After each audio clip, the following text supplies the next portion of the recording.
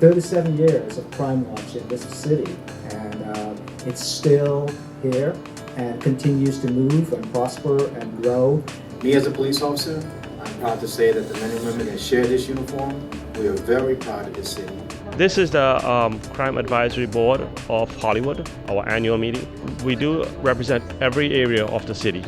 It is important to the city and it's more important to the residents because the police department works with the residents and we are just basically a liaison. We try to get everybody more together. Well, Crime Stoppers is not alone. I mean, it has to work with other organizations. It has to work with the Crime Watch organization and other civic organizations to be able to get the message across that we need a safe community. The people who attend this meeting are the workhorses. I think that that's something that you really should be proud of. You're a group of committed individuals who are working very, very hard for the city that I love and my neighbors and your neighbors, and I think that that's really wonderful. With people involved, it will have an impact on crime in their communities. If you see something, say something. Don't be afraid.